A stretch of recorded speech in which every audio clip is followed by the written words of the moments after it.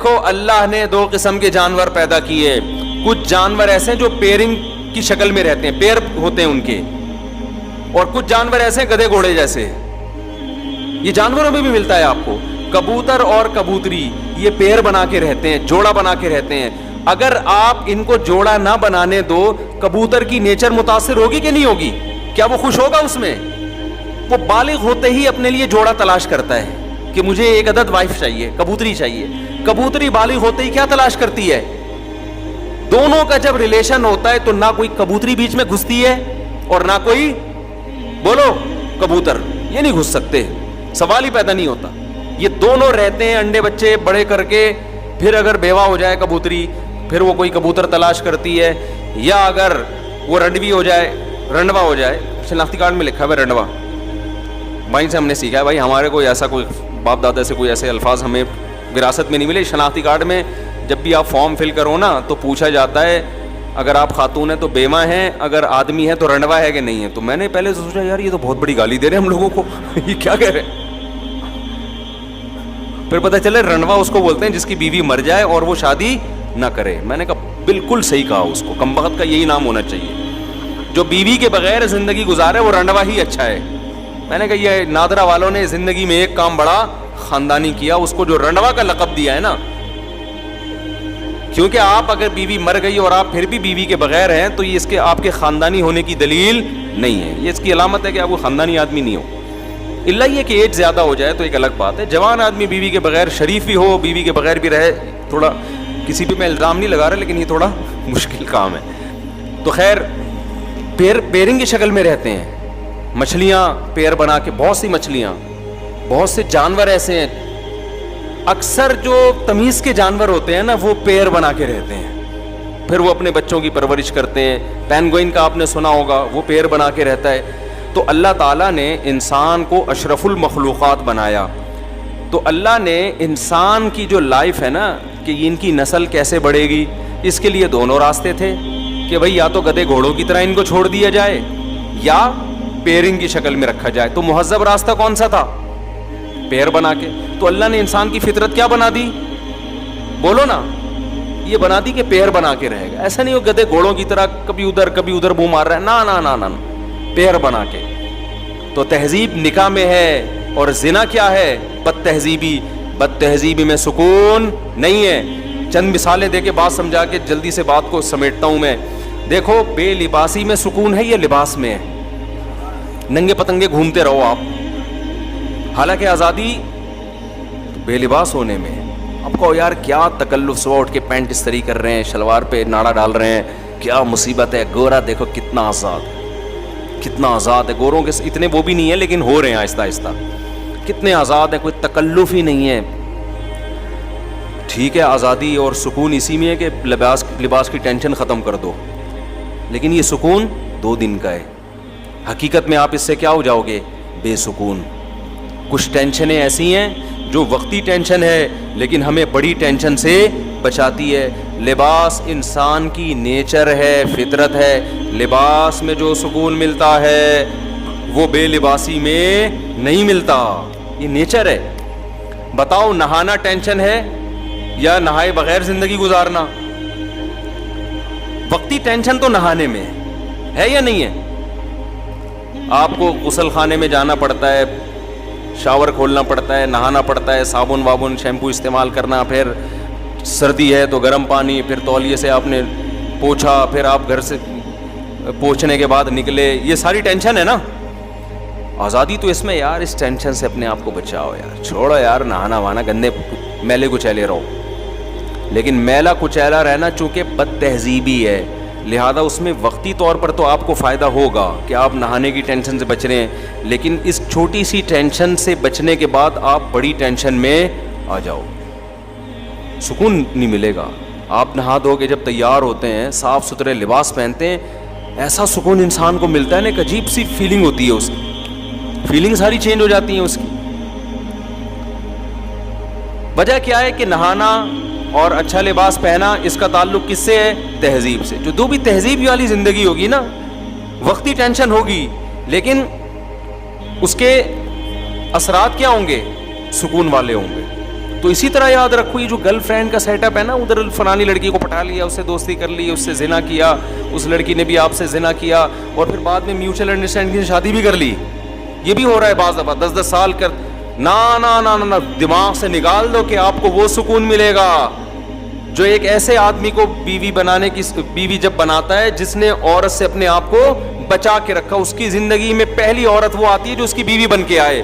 خدا کی قسم, اس کے جو جذبات اور اس کے گھر بسانے کا جذبہ اور اس میں جو بیوی سے محبت, اسی طرح وہ عورت جس کی زندگی میں پہلا مرد آیا ہو, شوہر بن کے آیا ہو, ان دونوں میں جو آپس میں ریلیشن ہوتا ہے, گرل فرینڈ بوائے فرینڈ میں منہ مارنے والے کتے بلی کی طرح, گدے گھوڑوں کی طرح, وہ اس سکون اور اس لائف کا, اس تہذیب کا تصور کر ہی نہیں سکتے. وہ میں تبھی کہتا ہوں خدا کی قسم, ان کی لائف میں جو مولوی یا مولویوں جیسے ہوں, میں 2 نمبر مولویوں کی بات نہیں کر رہا, پھر فوراً نا لوگ کہتے ہیں یہ مولوی دیکھو یہ کیا کر رہا ہے, یہ مولوی دیکھو. بھائی میں 1 نمبروں کی بات کر رہا ہوں. ان کی زندگیوں میں جو سکون ہوتا ہے گھریلو لائف میں, بیوی سے محبت, بچوں سے ان کو محبت ملتی ہے, وہ سکون ایک عام آدمی اس کا تصور نہیں کر سکتا. ہم نے اپنے والد کو بچپن سے دیکھا نا, ہمیں پتا تھا ہمارے والد کوئی غیر اخلاقی سرگرمیوں میں نہیں ہے.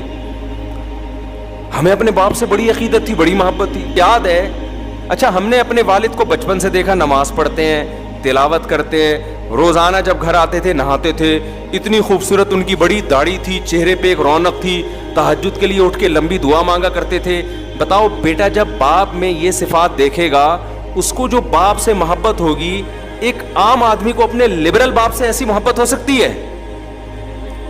بتاؤ میرے بھائی, وہ ایک عقیدت ہو جائے گی نا, ایک بزرگی کا تصور آئے گا. روزانہ ڈیلی تلاوت کرتے تھے وہ بیٹھ, روزانہ نہانے کا معمول, صاف ستھرے رہنے کا معمول, ڈیلی تلاوت, اونچی آواز سے تلاوت کرتے تھے, گھر میں ایک آواز گونجتی تھی ان کی.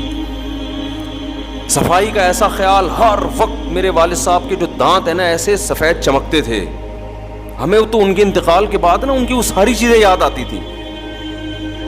اور کوئی گٹکا نہیں, کوئی پان نہیں, کوئی سگریٹ نہیں. تو میں پتہ ہے میرے ذہن میں کیا تصور تھا, دنیا میں سب سے اچھے کون ہیں؟ میرے والد ہیں. مجھے ایسا لگتا ہے, میں دوسروں کے ابا کو دیکھتا تھا سگریٹ پی رہے ہیں, میں کہا یار ان کے بیٹوں کے دلوں میں ابا کا تقدس کیسے آئے گا؟ باپ تو اسی شکل میں اچھا لگتا ہے نا. ارے دوست تو ٹھرکی ہونا اچھا لگتا ہے, ابے وہ ادھر لڑکیوں کو چھیڑ رہا ہے, ادھر چھیڑ رہا ہے, یار یہ فرینڈ ہے بڑا آزاد قسم کا فرینڈ, اس کو تو لوگ کہتے ہیں بڑا کیا ہے, صوفی دوست کسی کو اچھا نہیں لگتا. لیکن باپ کیسا اچھا لگتا ہے؟ باپ تو نیک ہی اچھا لگتا ہے نا. تو ہم دیکھتے تھے ایسی نماز کی پابندی کرتے ہیں, ایسی تلاوت کی پابندی, کوئی غیر اخلاقی سرگرمیوں میں نہیں. کبھی کوئی گھنٹی کی شکایت آئی ہو محلے سے, کیا ہے بھائی. مجھے یاد ہے ایک دفعہ میری والدہ نے, میرے اپنے والد کے بارے میں ایسا کانسیپٹ بن چکا تھا, پھر باتیں بھی اچھی اچھی کرتے تھے. اچھا ہم دوسروں کو دیکھتے تھے, جو بوڑھے لوگ ہیں نا, دوسروں کے ابوؤں کو دیکھتے تھے, کسی کے ابو کی برائی نہیں کر رہا میں, لیکن ایک کمپیئر کر رہا ہوں نا. تو وہ دیکھتے تھے کہ جب وہ دفتر سے آتے یا ریٹائر ہونے کے بعد وہ تھڑے بنا کے نہ بیٹھے رہتے تھے درخت کے نیچے. بہت سے بزرگ حضرات کو ہم نے دیکھا بیٹھے رہتے, گپے مارتے رہتے. کن گپے مار رہے ہوتے تھے, کھل کھلا کے ہنسنے, ہاں ادھر غیبت, اس کی غیبت, ٹائم ویسٹنگ. ریٹائر ہو گئے, کوئی کام نہیں ہے, تو سارا دن بھر بیٹھ گئے, یہ سب چیزیں. میں اپنے والد صاحب کو دیکھتا تھا, وہ کبھی بھی اس طرح کسی ایکٹیویٹی میں مجھے نظر نہیں آئے. وہ جب ریٹائر ہو گئے تو کیا کرتے تھے وہ بیٹھ کے. میں نے ہم کو کبھی ویڈیو گیم کھیلتے ہوئے نہیں دیکھا. ہم نے بوڑھوں کو ویڈیو گیم کھیلتے ہوئے بھی دیکھا ہے, ڈرامے میں دل بہلا رہے ہیں ٹائم پاس کرنے کے لیے. ہم دیکھتے تھے کہ ہمارے والد صاحب نہ ڈرامہ, ٹی وی تو ہمارے گھر میں آنے ہی نہیں دیا نا والد صاحب, نہ ڈراموں میں دل بہلاتے تھے, نہ ناول پڑھ کے ٹائم ویسٹ کرتے تھے, نہ کہیں تھڑوں پہ بیٹھ گئے ادھر ادھر. والد صاحب کو شوق تھا بچوں میں بیٹھنے کا. جب دفتر سے آتے تھے نا, ان کو شوق تھا کہ والدہ آ کے بیٹھیں اور بچے بیٹھیں. ان میں لطیفے بھی سناتے تھے. میں جو بیانات میں لطیفے سناتا ہوں زیادہ تر میں نے اپنے والد سے سنے ہیں, سمجھ رہے ہیں نا. بھی بچوں کو ٹائم دیتے تھے, گھر میں آ کے بیٹھ کے لطیفے بھی یعنی ایسا صوفی مزاج نہیں تھے کہ خشک جسے کہتے ہیں, گپ شپ والے, ہنسی مذاق والے گھر میں. تو کیا کرتے تھے کہ ہم نے, میں اب کمپیئر کرتا ہے نا انسان, نہ گٹکا کھا رہے ہیں, نہ پان کھا رہے ہیں, نہ سگریٹ پی رہے ہیں, نہ ناول پڑھتے ہوئے. ایک اخباریں جہاں آیا کرتا تھا لوگ چاٹتے تھے صبح سے. 3 عورتیں 3 کہانیاں آتی تھیں اس وقت نا, 3 عورتیں 3 کہانیاں, سب پڑھ کے بیٹھے ہوئے ہوتے تھے. اسی پہ پورے ہفتے تبصرہ چلتا تھا. ڈرامے آتے تھے, اسکول ہم جاتے تھے لوگ ڈراموں کا تبصرہ کر رہے ہوتے تھے. تو والد صاحب کو نہ ڈراموں کا، اس کو سمجھتے تھے یہ ٹائم ویسٹنگ ہے، یہ وقت کا ضیاع ہے. تو فارغ وقت میں کیا کریں گے بھائی؟ یا تو تلاوت کر لی، یا بچوں میں بیٹھ کے گپ شپ لگا لی، یا کہیں ملنے کے لیے چلے گئے کسی قریبی رشتہ دار سے، یا بہت زیادہ کیا کیا.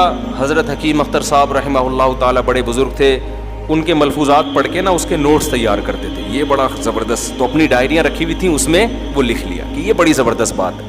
پھر جب کبھی تبلیغ والوں کا بیان ہوتا تو کبھی کبھار والد صاحب کو بھی بیان ملتا تو اس میں وہ پڑھ پڑھ کے سناتے، یہ دیکھو انہوں نے بزرگ نے کتنی اچھی بات کہی ہے، یہ دیکھو یہ بزرگ نے، یہ حضرت نے کتنی اچھی بات. کہیں بھی ان کو پورے مہینہ ان کی ڈائری تھی، کوئی اچھی حکمت کی بات ملتی تھی تو اسے نوٹ کر لیتے تھے.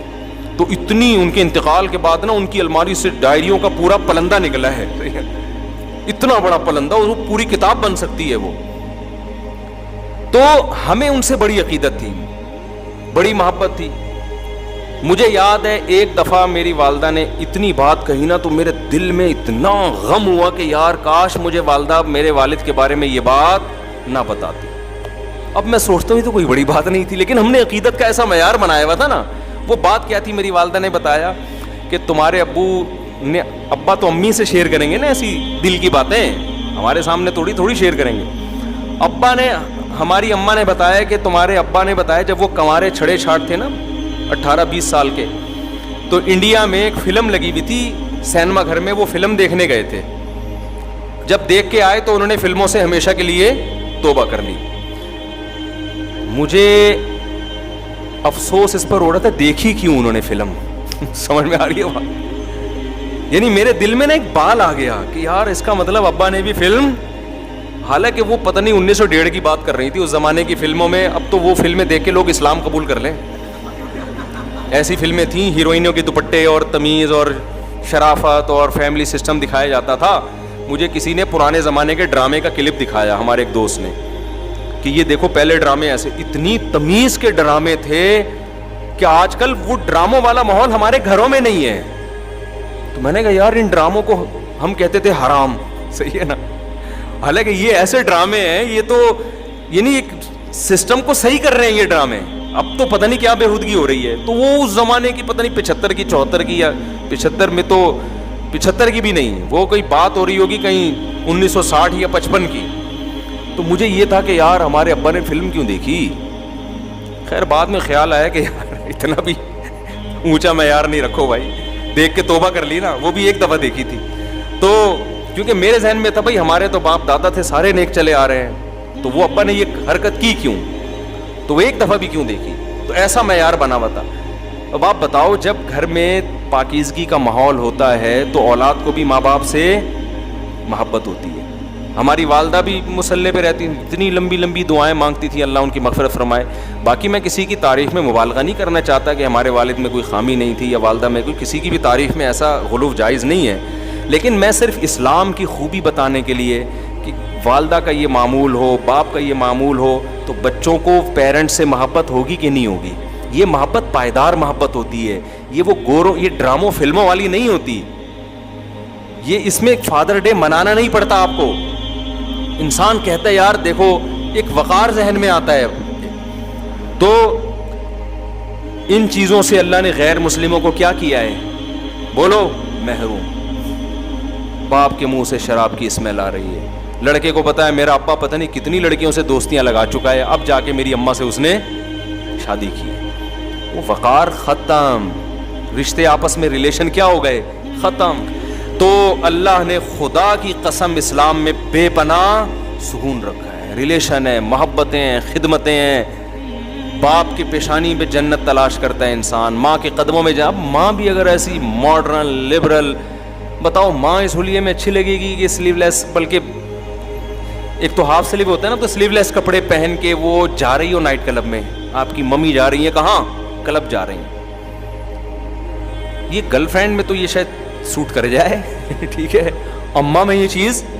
تو یہ جو مارکیٹ میں جس قسم کی لیڈیز چل رہی ہیں، آپ کیا سمجھتے ہیں جو نائٹ کلبوں میں، اتنا تو ابھی ہمارا حساب ماڈرن نہیں ہوا کہ لڑکیاں نائٹ کلب میں جانا شروع کر دیں، لیکن ہو جائے گا 50-60 سال کے بعد، کیونکہ یلغار ہے نا وہاں سے جو کلچر ہم لے رہے ہیں، تو آہستہ آہستہ یہ بھی ہو جائے گا. جاؤ اسی طرف رہے ہیں. تو آپ کا کیا خیال ہے یہ بڑھاپے میں اچھی ماں لگیں گی؟ بولو.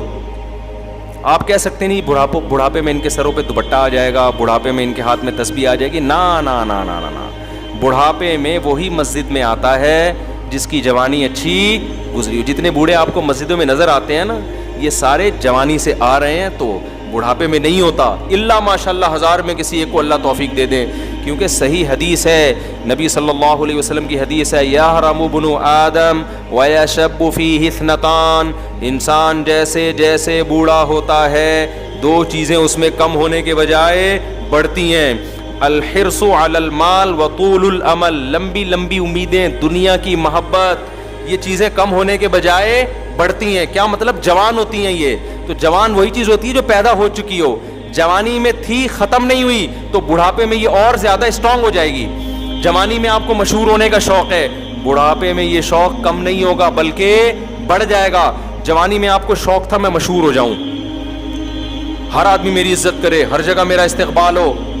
نہیں ہو رہے, آپ کو ٹینشن ہو رہی ہے, کم ہوگی ٹینشن. لیکن آپ نے یہ شوق ختم نہیں کیا نا, آخرت کا خوف پیدا کر کے, آخرت کی لالچ پیدا کر کے. اب جیسے جیسے آپ بوڑھے ہوں گے یہ شوق آپ کا جوان ہوگا, اور ڈپریشن آپ کی کم ہونے کے بجائے بڑھے گی. پھر اسی ڈپریشن سے مرو گے آپ. یہ ٹینشن اور زیادہ ہوگی بڑھاپے میں, یار کیوں مجھے لوگ رسپیکٹ, اور بڑھاپے میں آپ کی رسپیکٹ کیا ہوگی؟ ختم. کیونکہ بڑھاپے میں آپ کو عزت صرف آپ کی اولاد دیتی ہے, خوب سمجھ لو.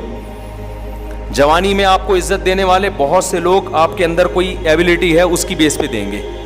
آپ اچھے کھلاڑی ہیں, ویلکم جی, آپ نے آخری بال پہ چھکا مارا تھا, آئیے تشریف لائیے. جب بوڑھے ہو گئے تو اب آپ کے اندر وہ صلاحیت ہی ختم ہو گئی. تو جو محبت کی بیس تھی جب وہ ختم ہو گئی تو محبت باقی رہے گی؟ بولتے کیوں نہیں؟ دیکھو آپ کو کوئی کسی حسینہ سے محبت ہے اس کے حسن و جمال کی وجہ سے, حسن ختم تو محبت کہاں گئی؟ دل لینے چلے گی محبت. آپ کو محبت ہی اچھی ایکٹنگ کرتا ہے, کوئی ایکٹر ہے, جب بڑھاپے میں ایکٹنگ ختم تو محبت بھی کیا؟ بولو نا, ختم. تو بڑھاپے میں حقیقی عزت صرف کس سے ملتی ہے؟ اولاد سے.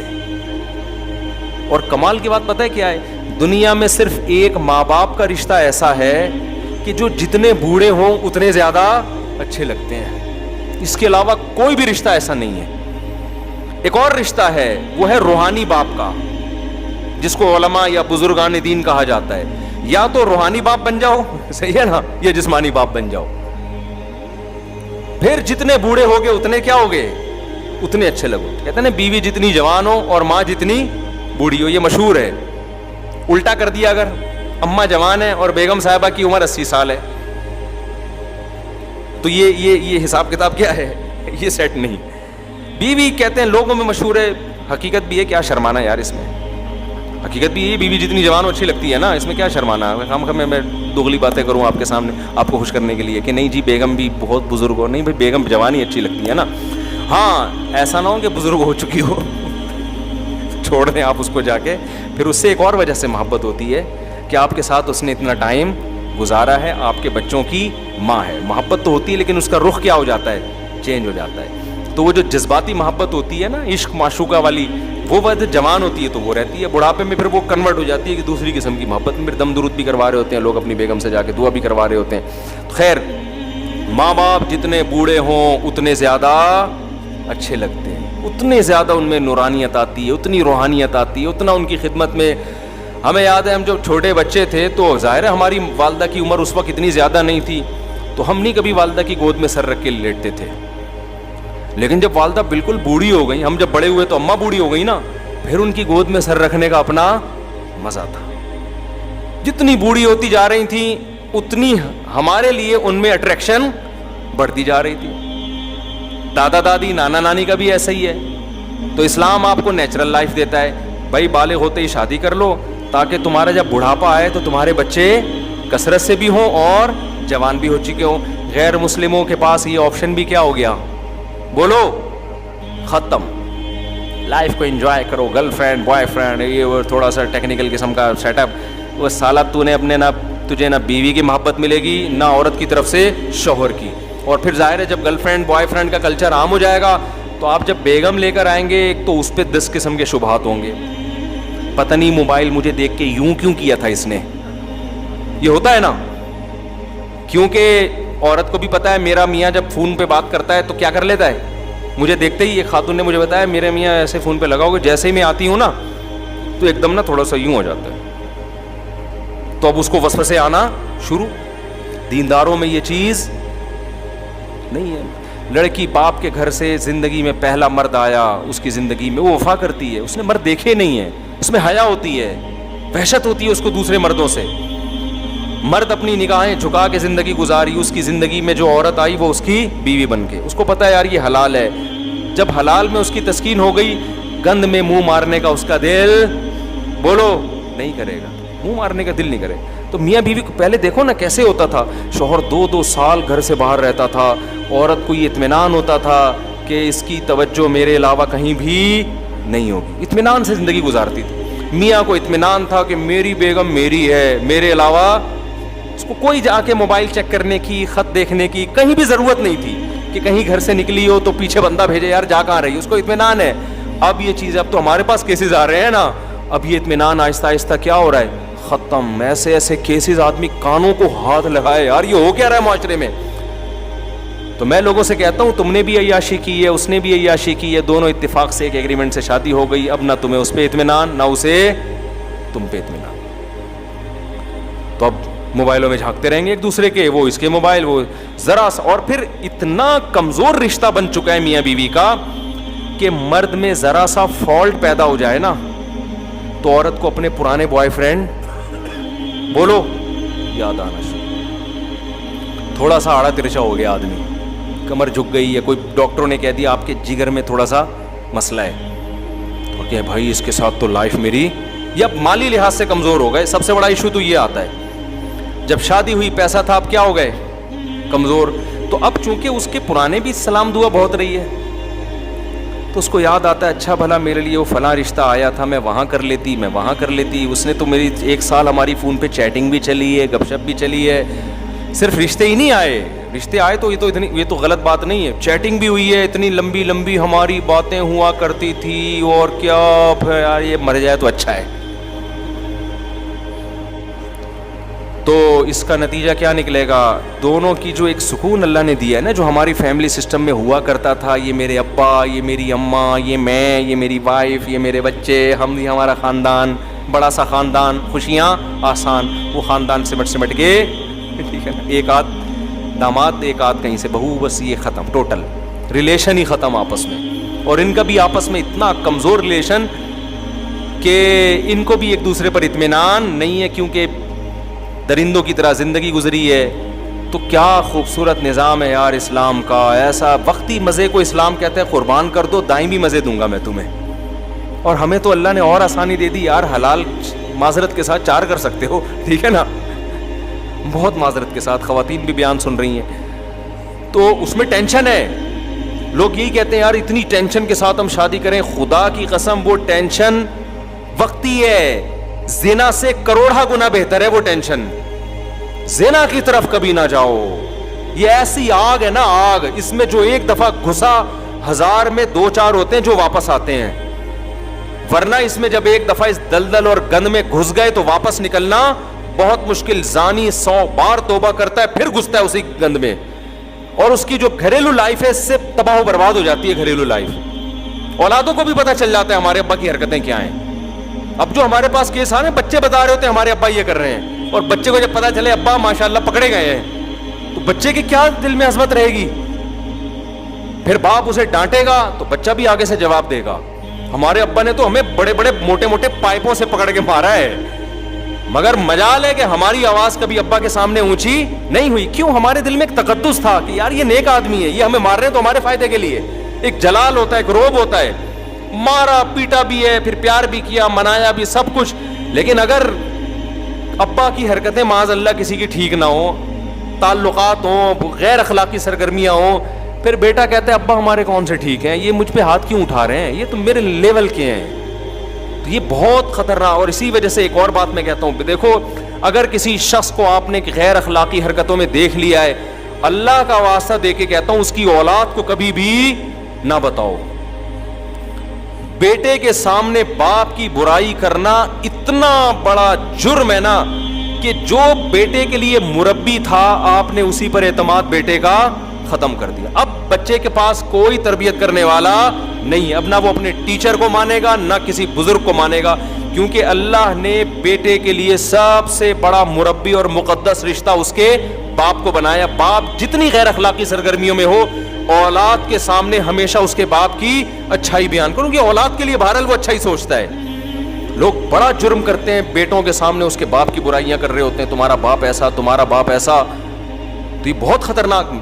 ہمیں یاد ہے ایک دفعہ ایک شخص آیا, کسی کی باپ کی برائی کرنے لگا نا, دوسرے بندے نے کہا یار اس کے سامنے اس کے فادر کی برائی نہ کرو, یہ بہت بری حرکت ہے. مجھے بڑا اچھا لگا, اس نے فوراً ٹوک دیا.